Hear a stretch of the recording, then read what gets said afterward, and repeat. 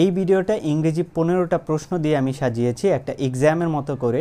ডেসক্রিপশনে এই 15টা প্রশ্ন দেয়া আছে, আপনারা চাইলে 10 মিনিটের একটা এক্সাম দিয়ে এরপর আমার সাথে এই প্রশ্নগুলোর এক্সপ্লেনেশন সহ উত্তরটা মিলিয়ে নিয়ে দেখতে পারেন আপনি কত মার্ক পেয়েছেন। এবং আপনার প্রাপ্ত নম্বরটা অবশ্যই আমাকে কমেন্টের মাধ্যমে জানাবেন। আর বেশি বেশি লাইক, শেয়ার এবং সাবস্ক্রাইব করতে হবে, কারণ আপনাদের সাপোর্ট পেলেই এই ধরনের আরও ভিডিও আমি নিয়ে আসতে পারবো। তো প্রথম প্রশ্নটা আমরা এ অপশনটা বসিয়ে আগে বুঝতে চেষ্টা করব এখানে কি বলা হয়েছে। The company now employs 4 times as few women as man. তার মানে বলা হয়েছে পুরুষের তুলনায় 4 গুণ বেশি মহিলাদের এই কোম্পানিটা বর্তমানে নিয়োগ দিচ্ছে। তো এখানে আমরা বুঝতে পারছি সেন্টেন্সটা একটা সিম্পল সেন্টেন্স। তো প্রথম অপশনে আমাদের একটা ভার্ব বসাতে হবে এবং দ্বিতীয় অপশনে আমাদের একটা ডিটারমিনার বসাতে হবে। অপশন এতে প্রথমে দেয়া এমপ্লয়িজ, এখানে এমপ্লয় ভার্বটার শেষে এস যোগ করে প্রেজেন্ট ইনডিফিনিট টেন্সে লেখা, এবং আমরা জানি এই এসটা যোগ করা হয় থার্ড পারসন সিঙ্গুলার হলে।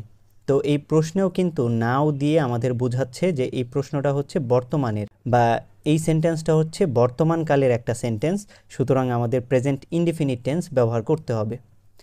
এরপর এখানে লেখা আছে ফিউ। তো ডিটারমিনার হিসেবে আমরা ফিউ ব্যবহার করতে পারবো না, কারণ মহিলাদের সংখ্যাটা বড়। তো বড় পরিমাণ বোঝাতে আমরা অ্যাজ মেনি অ্যাজ ব্যবহার করি, কম সংখ্যা বোঝাতে অ্যাজ ফিউ অ্যাজ ব্যবহার করা হয়। দ্বিতীয় অপশনে হ্যাভ এমপ্লয়েড প্রেজেন্ট পারফেক্ট টেন্সে দেয়া। তো এইটাও আমরা নিতে পারবো না, কারণ আমরা ইতোমধ্যেই জানি এই সেন্টেন্সটা প্রেজেন্ট ইনডিফিনিট টেন্সে লিখতে হবে। আর প্রেজেন্ট পারফেক্ট টেন্সে আমরা 3 ধরনের সেন্টেন্স লিখি। কাজ শেষ হওয়ার উপর গুরুত্ব দিলে প্রেজেন্ট পারফেক্ট টেন্সে লিখতে হয়, যেমন I have done the work. এখানে শ্রোতাকে আমি বলছি যে আমি এই কাজটা শেষ করেছি। এই শেষ করার উপর গুরুত্ব দিলে প্রেজেন্ট পারফেক্ট টেন্সে লিখি। আবার কোনো কাজ কতবার করেছি সেটা বোঝাতেও আমরা প্রেজেন্ট পারফেক্ট টেন্সে লিখি, যেমন I have read 4 times the book. এখানে আমি বইটা কতবার পড়েছি সেটা বোঝাতে প্রেজেন্ট পারফেক্ট টেন্স ব্যবহার করেছি। কোনো কিছু এখনও ঘটেনি তবে ঘটার সম্ভাবনা আছে, এমন কিছু বোঝাতেও আমরা প্রেজেন্ট পারফেক্ট টেন্স ব্যবহার করি, যেমন I have not done the homework yet. সুতরাং আমরা এখানে প্রেজেন্ট পারফেক্ট টেন্স ব্যবহার করতে পারবো না, আমাদের প্রেজেন্ট ইনডিফিনিট টেন্স ব্যবহার করতে হবে। এবং বি অপশনে ডিটারমিনারটা দেওয়া সাম। তো সাম কিছু অর্থে বসে, এইখানে কিন্তু তুলনামূলক একটা সংখ্যা বোঝাচ্ছে। তুলনামূলক সংখ্যা বোঝাতে আমরা অ্যাজ, সাম, অ্যাজ এইভাবে ব্যবহার করি না। ইংরেজিতে তুলনামূলক সংখ্যা বোঝাতে আমরা অ্যাজ মেনি অ্যাজ ব্যবহার করি। সি নাম্বার অপশনে পাস্ট ইনডিফিনিট টেন্সে দেওয়া এমপ্লয়েড, এইটা পাস্ট ইনডিফিনিট টেন্স না, তাই এটা আমরা নিতে পারছি না। এবং লর্ডস একটা প্রোনাউন দেওয়া, এইটা ডিটারমিনার না, এইটা একটা প্রোনাউন। সুতরাং লর্ডসকে আমরা ওমেন নাউনের পূর্বে ডিটারমিনার হিসেবে ব্যবহার করতে পারবো না। লর্ডসকে ব্যবহার করতে হয় অফ প্লাস একটা নাউন দিয়ে মধ্যে অনেকগুলো বোঝাতে, বা মধ্যে বড় একটা সংখ্যা বোঝাতে, যেমন lots of people, lots of students. এখানে লটস অফ পিপল মানে হচ্ছে মানুষদের মধ্যে বড় একটা সংখ্যা। তো এইভাবে মধ্যে বড় একটা সংখ্যা বোঝাতে আমরা লটস অফ একটা নাউন ব্যবহার করে থাকি। তো এইখানে আমরা লটস নিতে পারছি না, কারণ লটস ডিটারমিনার না, এটা একটা প্রোনাউন। ডি নাম্বার অপশনে এমপ্লয়িজ প্রেজেন্ট ইনডিফিনিট টেন্সে দেয়া এবং এস যোগ করা, কারণ কোম্পানিটা হচ্ছে থার্ড পারসন সিঙ্গুলার, সুতরাং ভার্বের সাথে আমরা আমাদের এস বা ইএস যোগ করতে হবে। এবং ডিটারমিনারটাকে ব্যবহার করা হয়েছে মেনি, কারণ অ্যাজ মেনি অ্যাজ দ্বারা আমরা বড় একটা সংখ্যাকে বোঝাই, এবং এখানে ম্যানের তুলনায় ওমেনের সংখ্যাটা অনেক বড়, তাই আমরা অ্যাজ মেনি অ্যাজ ব্যবহার করব। তো সঠিক উত্তর হচ্ছে ডি নাম্বার অপশনটা। এরপরের প্রশ্নটাতে বলা হয়েছে maybe it's all just a big misunderstanding. এইখানে বলা হচ্ছে যে মেবিটা কোন পার্টস অফ স্পিচ। তো মেবি একটা মডেল না, কারণ মে এবং বি যদি আলাদা আলাদা লেখা থাকতো তাহলে আমরা মেকে মডেল ধরতাম এবং বিকে মেইন ভার্ব হিসেবে ধরতাম। কিন্তু এখানে একসাথে লেখা থাকলে আমাদের বুঝতে হবে এটা একটা অ্যাডভার্ব, এবং এইটা পুরো সেন্টেন্সটাকে মডিফাই করছে, যে মেবি সম্ভবত, it's all just a big mistake, এই সব কিছুই একটা মিসআন্ডারস্ট্যান্ডিং। তো এই পুরো সেন্টেন্সটাকে অ্যাডভার্ব হিসেবে মেবি মডিফাই করেছে, সুতরাং মেবি হচ্ছে একটা অ্যাডভার্ব। যেমন hardly we can see anything, এখানে হার্ডলিও কিন্তু একটা অ্যাডভার্ব, কারণ উই ক্যান সি এনিথিং এই জিনিসটা হার্ডলি মানে আমরা কদাচিৎ দেখতে পাচ্ছি। 3 নম্বর প্রশ্নে বলা হয়েছে dinner is the main meal off day of most people. তো অপশনে দেয়া আছে determiner A, the, some, much. আমরা জানি অফ প্রিপোজিশনটার পূর্বে দ্য প্লাস নাউন থাকলে পরেও দ্য প্লাস নাউন হবে। আমাদের অফ প্রিপোজিশনটার পরও দ্য প্লাস নাউন মিলিয়ে একটা নাউন ফ্রেজ লিখতে হবে। তো এইখানে সঠিক উত্তর হচ্ছে বি। নাউন ফ্রেজ সম্পর্কে আপনার ধারণা না থাকলে আমার এই চ্যানেলে প্লেলিস্টে গিয়ে ফ্রি হ্যান্ড রাইটিংয়ের প্রথম 3-4টা ভিডিও দেখলেই আপনি সকল ফ্রেজ সম্পর্কে ভালো একটা ধারণা পেয়ে যাবেন। এবং এই ভিডিওর শেষে আমি ওই ভিডিওগুলোর লিঙ্ক দিয়ে রাখবো, আপনারা চাইলে সেখান থেকেও দেখে নিতে পারেন। এর পরের প্রশ্নটাতে বলা হয়েছে it's will be a difficult operation dash method you choose, এবং অপশনে কিছু রিলেটিভ প্রোনাউন দেওয়া হুইচ, হুমএভার, হোয়াটএভার, হুইচএভার। তো এই ক্ষেত্রে আমাদের সাবঅর্ডিনেট ক্লজ, যেহেতু এইখানে রিলেটিভ প্রোনাউন ব্যবহার করতে হবে এবং রিলেটিভ প্রোনাউন একটা সাবঅর্ডিনেট ক্লজের শুরুতে বসে লিঙ্কার হিসেবে, তাই সাবঅর্ডিনেট ক্লজ সম্পর্কে আমাদের ভালো একটা ধারণা থাকতে হবে। আমরা জানি সাবঅর্ডিনেট ক্লজে লিঙ্কার থাকে, মেইন ভার্ব থাকে, অবজেক্ট থাকে, অথবা লিঙ্কার প্লাস একটা সাবজেক্ট থাকে প্লাস ভার্ব প্লাস অবজেক্ট থাকে। যদি প্রথম স্ট্রাকচারটা হয় তাহলে লিঙ্কার হিসেবে আমরা রিলেটিভ প্রোনাউনের সাবজেক্টিভ ফর্মগুলো ব্যবহার করব। যেমন হু হচ্ছে সাবজেক্টিভ ফর্ম, হু এর অবজেক্টিভ ফর্ম হচ্ছে হোম, এবং এর পসেসিভ ফর্ম বা ডিটারমিনার যেটা নাউনের পূর্বে বসবে সেইটা হচ্ছে হুজ।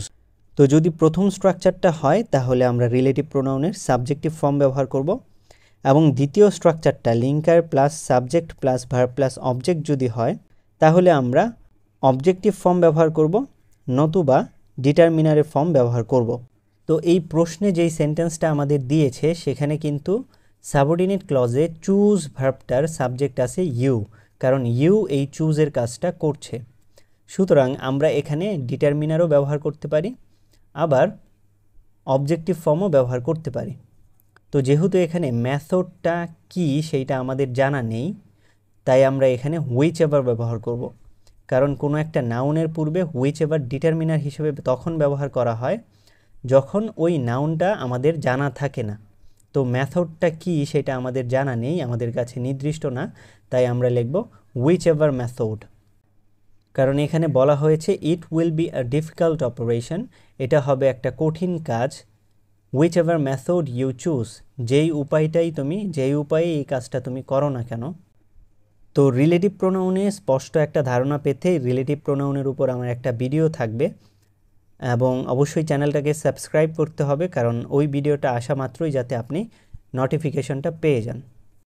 এর পরের প্রশ্নটাতে বলা হয়েছে হি সেইড, সে বলেছিল ইট উড বি ডেঞ্জারাস, এটা হবে বিপজ্জনক।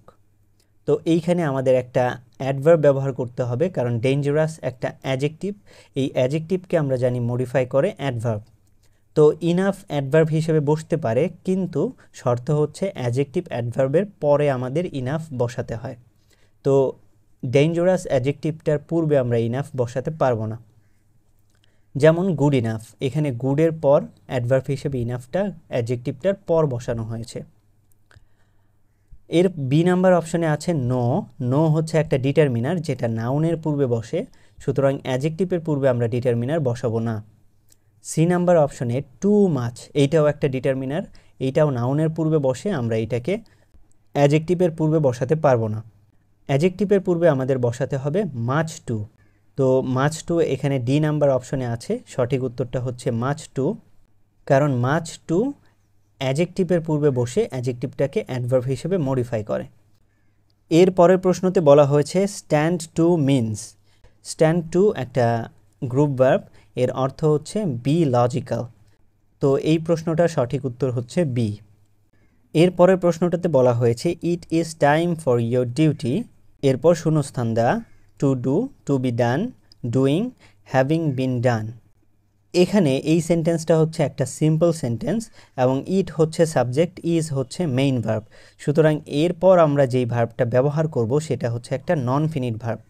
তো যখনই আপনাকে একটা সেন্টেন্স দেয়া হবে প্রথমেই দেখবেন ওই সেন্টেন্সের মেইন ভার্বটা আছে কি না, এবং পরবর্তীতে আবার যখন ভার্বটা ব্যবহার করছি সেইটা অবশ্যই হবে নন ফিনিট ভার্ব, কারণ একটা ক্লোজের মধ্যে আমরা একটাই মেইন ভার্ব ব্যবহার করি, বাকি সবগুলো হয় নন ফিনিট ভার্ব।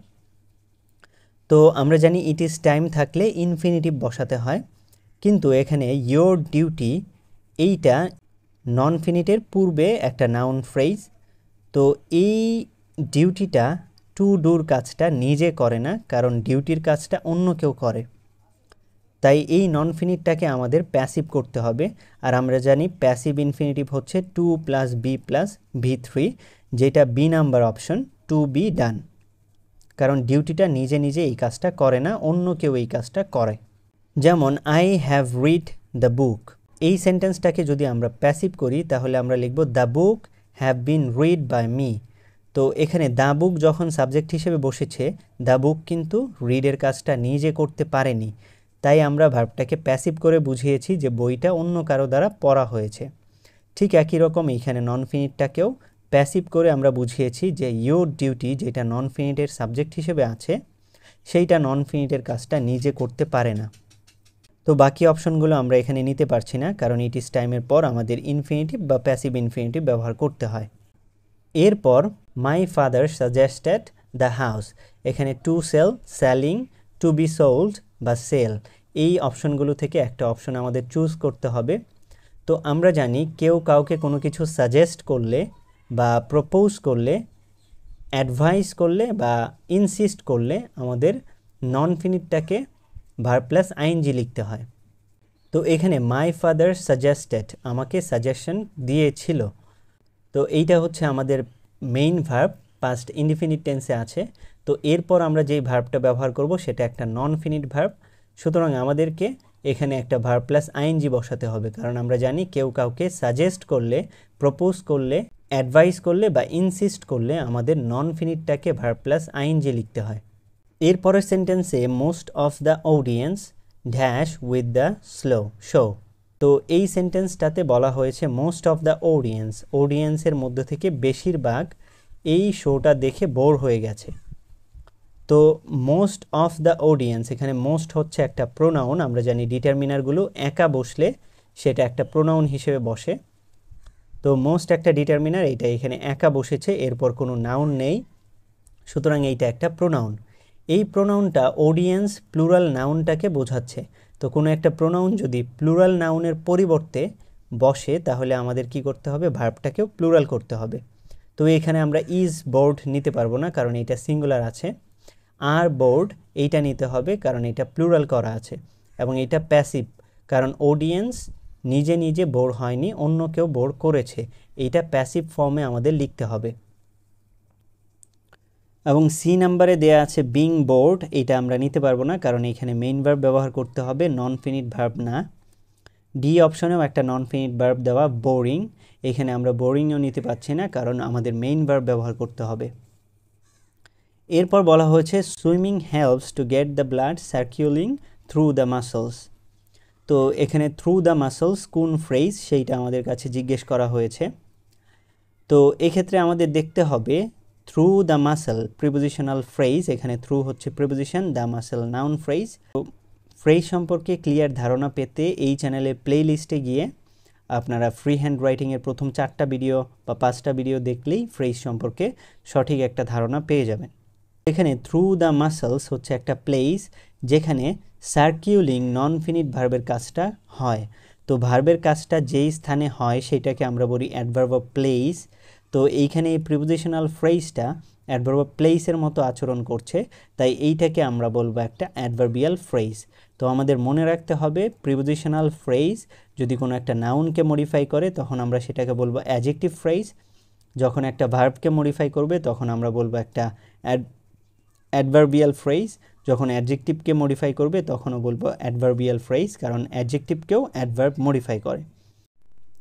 এর পরের প্রশ্নটাও হচ্ছে একটা ফ্রেজের উপর করা প্রশ্ন। এখানে বলা হয়েছে the government has made an urgent appeal to peace, সরকার একটা জরুরি আদেশ বা নির্দেশ দিয়েছে, সেটা হচ্ছে শান্তি রক্ষা করার জন্য, ইন দ্য 3 হিল ডিস্ট্রিক্ট। তো 3টি পার্বত্য জেলায় যেন শান্তি বজায় থাকে সেই জন্য গভর্নমেন্ট একটা জরুরি আদেশ দিয়েছে।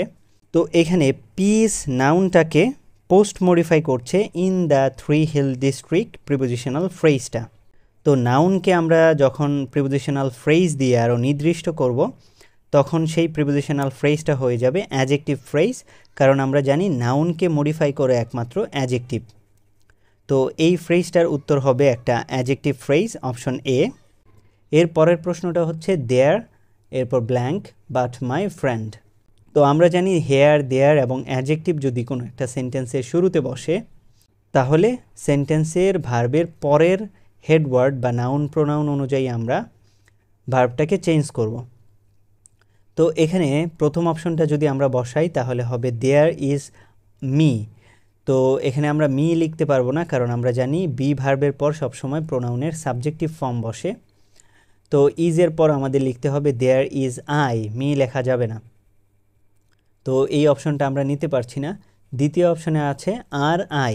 যেহেতু আমরা জানি দেয়ারের পরের হেডওয়ার্ড নাউন প্রোনাউন অনুযায়ী আমরা ভার্বটা চেঞ্জ করি, এখানে আই হচ্ছে সিঙ্গুলার কিন্তু আর হচ্ছে প্লুরাল। তো বি ভার্বের পর সাবজেক্টিভ ফর্ম বসার পরও এটা আমরা নিতে পারছি না, কারণ আর হচ্ছে একটা প্লুরাল ভার্ব, এখানে আমাদের সিঙ্গুলার ভার্ব প্রয়োজন। সি নাম্বার অপশনে আছে ওয়াজ আই। এই অপশনটাই কারেক্ট, কারণ বি ভার্বের পর আমরা সাবজেক্টিভ ফর্ম ব্যবহার করি, এখানে আই সাবজেক্টিভ ফর্ম আছে এবং আই সিঙ্গুলার, ওয়াজও হচ্ছে একটা সিঙ্গুলার ভার্ব। এবং ওয়ার মি এইটাও আমরা নিতে পারছি না, কারণ মি অবজেক্টিভ ফর্মে আছে এবং ওয়ার প্লুরাল।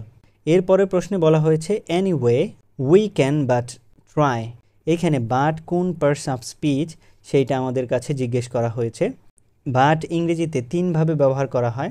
একটা হচ্ছে অ্যাডভার্ব হিসেবে, তখন এর অর্থ হয় অনলি, যেটা এই সেন্টেন্সে আমরা ব্যবহার করেছি। আরেকটা হচ্ছে বাটের অর্থ এক্সেপ্ট বা প্রিপোজিশনের মতো ছাড়া অর্থে বসে, এবং কনজাংশন হিসেবে বাট ব্যবহার করি। তো এই সেন্টেন্সে বাট অনলি হিসেবে বসেছে, যে এনিওয়ে যাই হোক, উই ক্যান বাট ট্রাই মানে হচ্ছে উই ক্যান অনলি ট্রাই। তো অনলির মতো অর্থ প্রকাশ করলে তখন বাট হয়ে যাবে একটা অ্যাডভার্ব। তো এইটার উত্তর হচ্ছে সি নাম্বার। এর পরের প্রশ্নে বলা হয়েছে Rahim is blank of the students who have proved their performance. Rahim হচ্ছে ওই স্টুডেন্টদের মধ্যে একজন যারা তাদের পারফরমেন্স প্রমাণ করেছে। তো এখানে আমরা অপশনে পাচ্ছি ওয়ান, দ্য অনলি ওয়ান, হু। তো ওয়ান যদি আমরা প্রথম অপশনটা বসাই তাহলে এর অর্থ হবে Rahim is one of the students, স্টুডেন্টদের মধ্যে একজন, হু যারা, হ্যাভ প্রুভড তার মানে হ্যাভ প্রুভের কাজটা স্টুডেন্টরা সবাই করেছে এবং রহিমও তাদের একজন, সুতরাং এখানে আমরা ওয়ান ব্যবহার করব। সঠিক উত্তর হচ্ছে ওয়ান। আবার যদি আমরা দ্য ওয়ান ব্যবহার করতাম তাহলে the one of the students, এইভাবে আমরা কোনো সেন্টেন্স লিখি না, কারণ ওয়ান একা ব্যবহার করতে হয়, এর পূর্বে আর্টিকেল ব্যবহার করার কোনো প্রয়োজন পড়ে না। দ্য অনলি ওয়ান যদি আমরা ব্যবহার করি তাহলে হবে রহিম ওই স্টুডেন্টদের মধ্যে একমাত্র ব্যক্তি who has proved his performance.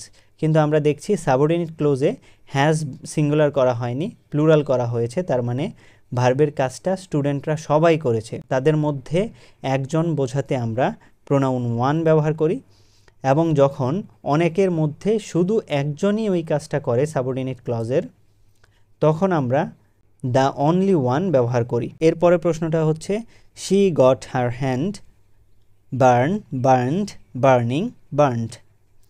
তো এইটা কজেটিভ ভার্বের একটা প্রশ্ন, গট একটা কজেটিভ ভার্ব।